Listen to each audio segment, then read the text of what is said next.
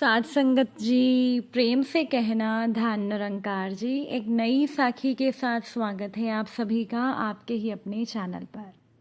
आज की साखी का विषय है कि समाज में ऐसा वातावरण बनाना चाहिए कि एक नारी सभी रूपों में सफल हो सके। चलिए सुनते हैं आज की ये साखी। साध संगत जी, एक घर में एक नई बहू आई। पहले ही दिन से ससुराल में सास ससुर आदि ने बहू के काम काज में मीन मेख निकालना शुरू कर दिया। मायके में ये नहीं सिखाया और ये नहीं सिखाया, साथ ही साथ शादी के लेन देन पर भी नुक्ताचीनी। हालांकि बहू एक बहुत ही समृद्ध, सुशिक्षित और प्रतिष्ठित परिवार से आई थी। सास ससुर सदैव स्वयं में गृह स्वामी होने का दंभ भी रखते थे। बहू ने सभी बातों को संस्कारवश और समाज, परिवार और मायके वालों की प्रतिष्ठा आदि को ध्यान में रखकर नम्रतापूर्वक सहन किया और अंदर से मन में गांठ बनती गई। लगभग 20-25 साल का समय बीत गया। सास ससुर वृद्ध हो गए, अक्षम और बीमार रहने लगे। बहू अधेड़ हो गई और अब बहू घर की मालकिन है। अब सास ससुर हर बात में बहू पर आश्रित हो गई। कोई भी काम हो घर में अब बहू की इच्छा और सहमति के बिना पूरा नहीं होता। बहू आज भी सास ससुर के सभी काम जिम्मेदारी से करती है, पर मन में 20-25 सालों से पनपी हुई गांठ पीड़ा देती है और सास ससुर के प्रति वह बहू समर्पण भाव वो नहीं रख पाती है जो कि होना चाहिए। ये बात सास ससुर भी महसूस करते हैं, पर वो अब अशक्त और परवश हैं। साथ संगत जी, ये कहानी तो कई घरों की है। किसी भी घर में जब बहू आती है तो उसका स्वागत भविष्य में होने वाली घर की मालकिन की तरह नहीं किया जाता है और उसे ससुराल के नियम कायदे सिखाने का प्रयास किया जाता है। हर एक घर में काम करने की प्रथा अलग होती है। बहुओं को निश्चित समझने में समय लगता है, इसीलिए बहुओं को समय देना चाहिए। ससुराल वाले ये भूल जाते हैं कि वो एक सुसंस्कारित और प्रतिष्ठित परिवार की बेटी ब्याह कर लाए हैं। और क्या यह उचित नहीं होगा कि प्रतिष्ठित और सुसंस्कारित बहू के कुछ आचार विचार ससुराल वाले भी अपना लें। साथ संगत जी, एक नारी के 5 रूप होते हैं, जिनमें से एक उसके पिता के गृह से संबंधित रहता है और 4 उसके पति के गृह से संबंधित रहते हैं। पहला रूप कन्या का है, जब वह पिता के घर में रहती है। दूसरा रूप वधू का है, जब उसकी शादी होती है। तीसरा रूप भार्या का है। चौथा रूप है जननी का, और जैसे ही संतान को उत्पन्न करती है तो वो माता कहलाती है। कन्या, वधू, भार्या, जननी और माता, ये स्त्री के 5 रूप हैं, जिसमें 1 रूप पिता के घर में और 4 रूप पति के घर में रहते हैं। अगर कोई स्त्री अपने पति के घर में आई है तो यहाँ उसको 4 रूपों का पालन करना है। अतः हमें समाज में ऐसा वातावरण बनाना चाहिए कि एक नारी सभी रूपों में सफल हो सके। साध संगत जी, जब भगवान स्त्री की रचना कर रहे थे तब उन्हें काफ़ी समय लग गया। 6ठा दिन था और स्त्री की रचना अभी अधूरी थी। इसलिए देवदूत ने पूछा, भगवान आप इसमें इतना समय क्यों ले रहे हो?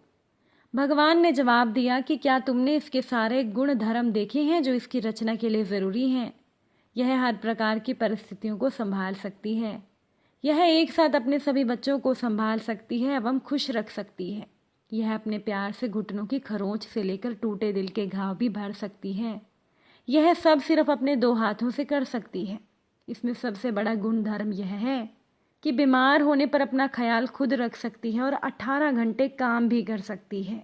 देवदूत चकित रह गया और आश्चर्य से पूछा कि भगवान, क्या ये सब 2 हाथों से कर पाना संभव है? भगवान ने कहा, यह मेरी अद्भुत रचना है। देवदूत ने नजदीक जाकर स्त्री को हाथ लगाया और कहा, भगवान ये तो बहुत नाजुक है। भगवान ने कहा, हाँ, यह बाहर से बहुत ही नाजुक है मगर इसे अंदर से बहुत मजबूत बनाया है। इसमें हर परिस्थितियों को संभालने की ताकत है। यह कोमल है पर कमज़ोर नहीं। देवदूत ने पूछा, क्या यह सोच भी सकती है? भगवान ने कहा, यह सोच भी सकती है और मजबूत होकर मुकाबला भी कर सकती है। देवदूत ने नज़दीक जाकर स्त्री के गालों को हाथ लगाया और बोला, भगवान ये तो गीले हैं, लगता है इसमें से कुछ बह रहा है। भगवान बोले कि ये इसके आंसू हैं। देवदूत बोले, आंसू किस लिए? भगवान बोले कि यह भी इसकी ताकत है। आंसू इसको फरियाद करने, प्यार जताने और अपना अकेलापन दूर करने का तरीका है। देवदूत बोला, भगवान आपकी रचना अद्भुत है, आपने सब सोच कर बनाया है, आप महान हैं। भगवान बोले, ये स्त्री रूपी रचना अद्भुत है, यही हर पुरुष की ताकत है जो उसे प्रोत्साहित करती है। वे सभी को खुश देखकर खुश हो जाती हैं, हर परिस्थिति में हंसती रहती हैं। उसे जो चाहिए वो लड़कर भी ले सकती है।